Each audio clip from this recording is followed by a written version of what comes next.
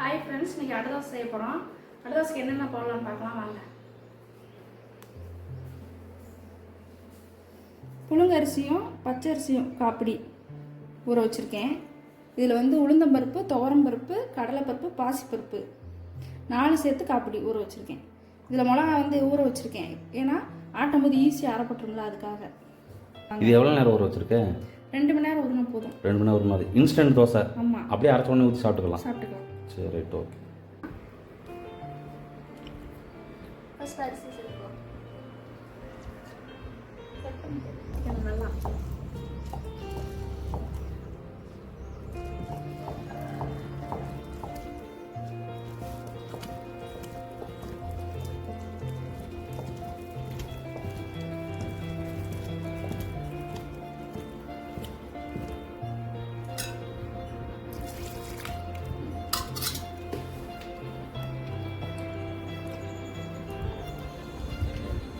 கொஞ்சம் அரிசி கொஞ்சம் வலுவல் முன்னாடி மிளகாய் சேர்த்துக்கலாம்.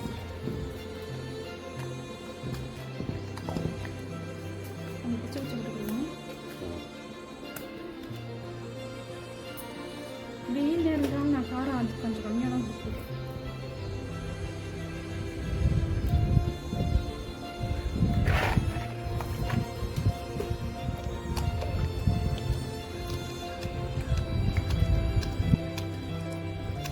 மிளகா அதுக்குள்ளே விழுந்து அரைக்கிற மாதிரியே தெரியல.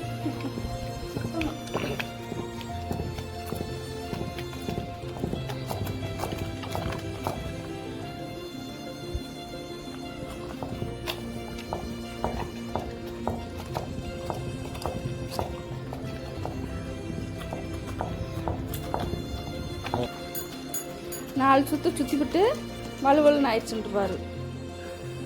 அப்போ நீங்கள் ஆட்டிடுங்க, ஆட்டுங்க.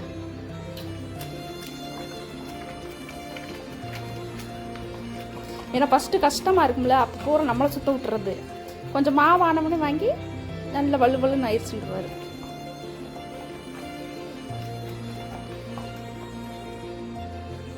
சோம்பு கொஞ்சம் வெள்ளைப்பூடு சேர்த்துக்கலாம் அதில். வெள்ளைப்பூடுவா?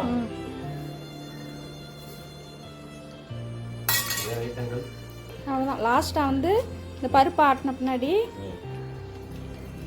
கொஞ்சம் கருவேப்பிலை, கொஞ்சம் முருங்கை இலை. 4 ஆட்டு ஆட்டணுன்னே வலுவலுன்னு ஆயிடுச்சா.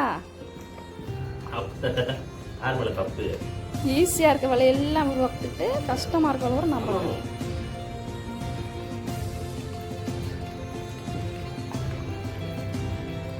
நானும் சாசியும் முருங்கைகளை பொடிக்கிறதுக்காக வந்திருக்கோம்.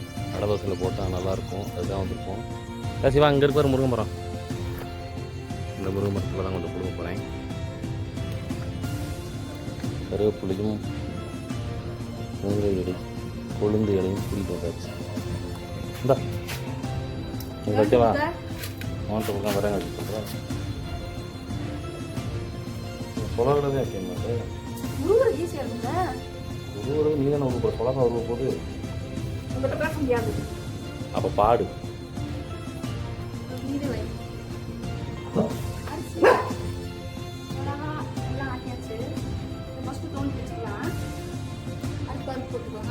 சரி, சின்ன வரலா இருக்குல்ல, போட்டு ஆட்ட முடியாது.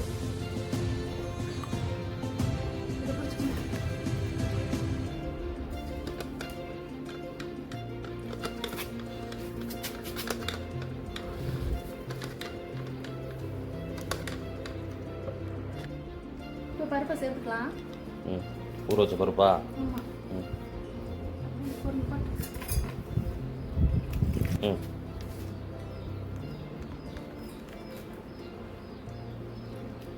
பெரிய உரம்னா மொத்தமாக போட்டுருக்கலாம், சின்ன உரம்னால ஆட்ட முடியாது.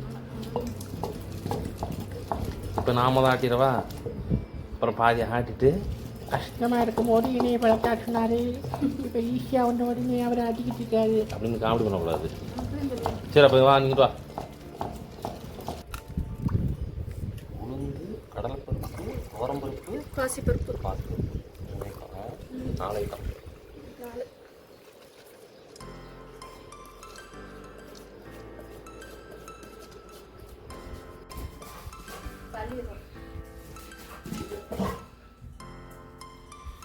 அரைச்சி வச்ச அரிசி மாவு கூட எதையும் சேர்த்தலணுமா? ஆமாம், அவ்வளோதான்.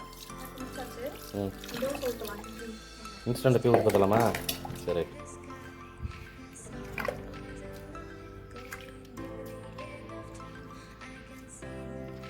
உப்பு தேவையான அளவுக்கு சேர்த்துக்கலாம். தூள் உப்பு நாங்கள் சேர்க்க மாட்டோம், இது அடிச்சு தான் சேர்த்துக்குவோம். முருங்கைக்கீரையும் கருவேப்பிலையும் உருவி வச்சுருக்கேன், இதை அலசி அதில் சேர்த்துக்கலாம். ம்,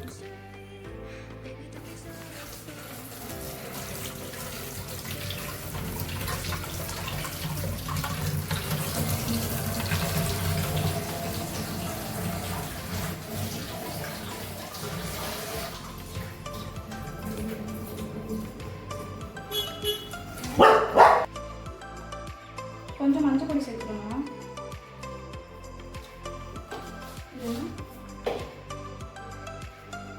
கொஞ்சம் பெருங்காயத்தூள் சேர்த்து நல்லா கலக்கி விட்டுக்கணும்.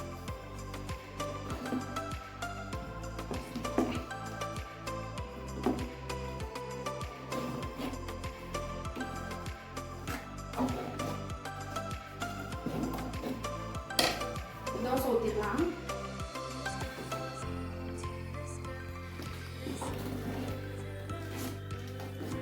தோசை ஊற்றி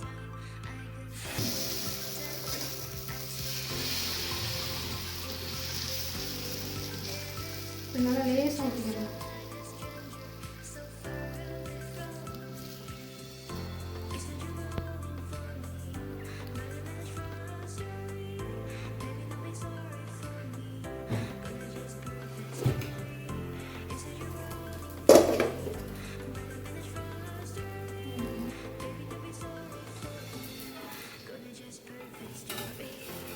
நல்லா வந்துருச்சு, திருப்பி போடலாம்.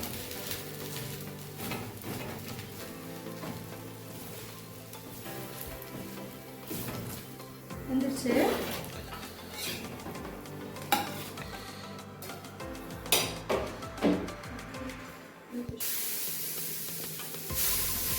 இந்த தோசைக்கு சட்னியே தேவைப்படாது. அப்படி தேவைன்னா தேங்காய் சட்னி, இல்லைன்னா கொஞ்சம் தக்காளி சட்னி, மிளகா சட்னி அரைச்சிக்கலாம். நம்ம கொஞ்சம் மிளகா சட்னி அரைச்சிக்கலாம், ஏன்னா புளிப்பாக இருக்குங்க, கொஞ்சம் சாப்பிட்றது நல்லா இருக்கும். அதனால